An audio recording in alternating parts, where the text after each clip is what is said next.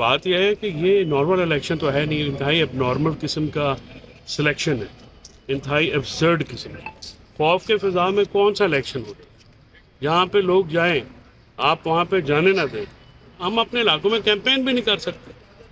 تو پھر علاقوں میں جب کیمپین کرتا ہے اس کے پیچھے پولیس پڑ جاتی ہے یا کرتے ہیں، ایسے حالات میں تو ماحول میں الیکشن نہیں ہوتے۔ جو کروا رہے ہیں ان کے بھی حالات آپ کے سامنے ہیں اور جن پہ جو گزر رہی ہے، مطلب اس طرح کی پاکستان کی تاریخ میں اب یہ تو لوگ جو ہیں وہ جو پرو کیمپ تھا صحافیوں کا، وکیلوں کا، جہاں پہ کھڑا ہوا تھا، مجھے افسوس ہے کہ ہماری بار کونسل جو ہے وہ ایک انڈیپینڈنٹ اوپینین ہی قائم نہیں کر پا رہے ہیں، اور اس طرح سے وہ کھڑے ہو گئے ہیں ایک سائڈ لے کے، ان کا کام ہی نہیں۔ دیکھیے فیصلے آ جاتے ہیں، لوگ جج کرتے ہیں۔ پولنگ والے ڈے کی آپ بات کرتے ہیں، پولنگ ڈے بھی اسی طرح ہی کا ہوگا نا ماحول، جس طرح پہ اس طرح ہی خوفناک ماحول ہوگا، اس طرح ہی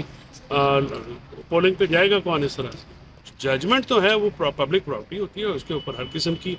جو تمیز کے دائرے میں رہ کے تنقید کی جا سکتی ہے، کرنی چاہیے اور ہونی چاہیے، یہ تو ذاتی اظہار رائے ہے، لیکن ظاہر ہے بدتمیزی تو نہیں کی جا سکتی ججز کو آپ ابیوز کر دیں یا وہ کرتے ہیں، اس پہ تو کوئی سپورٹ بھی نہیں کرتا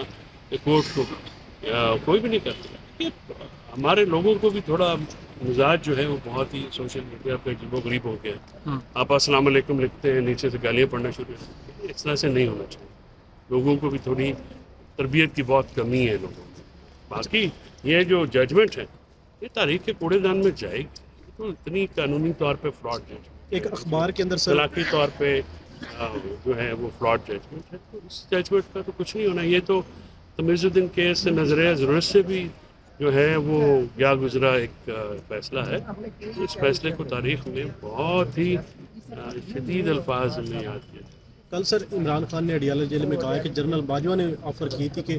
2/3 میجورٹی لے لیں لیکن اچھے بچے بن کے رہیں۔ میں وہاں پہ تھا نہیں، میں کامنٹ کیا کروں۔